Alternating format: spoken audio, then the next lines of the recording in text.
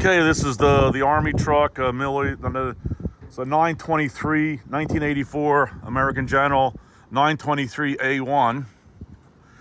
Here's we converted it to a dump truck. Here's where we keep the battery. We did put a battery cutoff switch in. So this is where the battery is. So there's a controller. So he can raise the bed. I'll go around the other side, get a better picture of it. You got to tell him about this plate has to be on within 6 inches of this pivot pin. Okay, that plate right there. And you can't weld anything on the frame. You got everything. Yeah, it's all gonna be bolted to the truck frame, but you can weld. I got this as a Champion. 20 ton. Yeah, 20 ton. I'll get the thing for it. You got to cut these down for clearance. Yeah, they had to cut those down. We didn't take them off, we just trimmed them down. Yeah. We took a whole bed off, put this in. You can see it's a... I'm going to raise it. Okay, it's going up.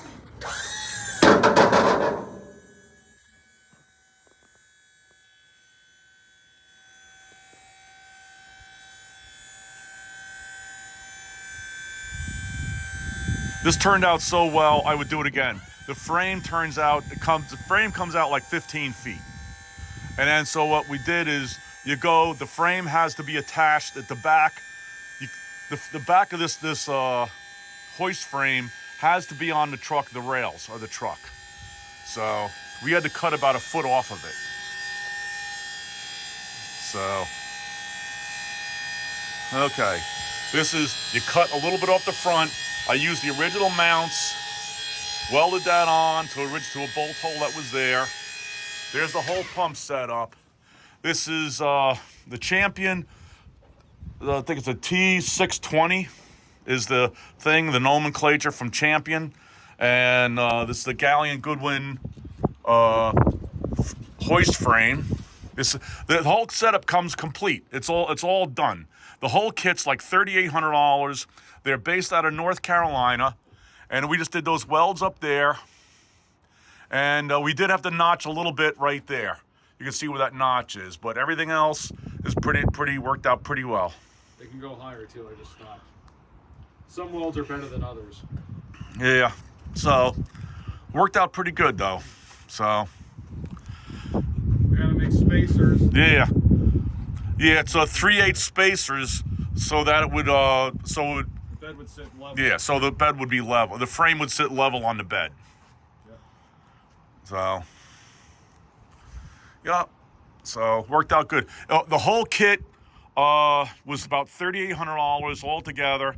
It's a complete kit, comes with everything, and all said and done, yeah. And the only bad part was having to wait to get it shipped up to us, you know. ATF fluid for hydraulics.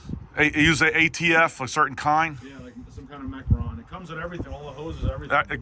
It's a complete kit. It's like 2.5 gallons. Yeah, like I said, it was around $3,800 with delivery and everything, all said and done. They can go higher, just stop there. We'll go higher, so I want to see how high it will go. I can't see the back.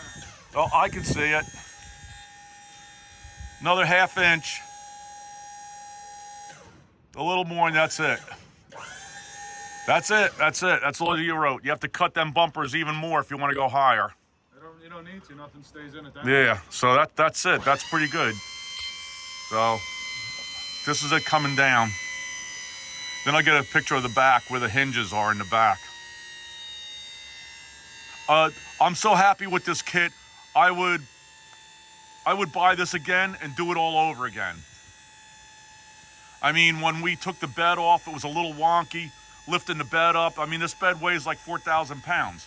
We had it completely up in the air off the boom on a wrecker. So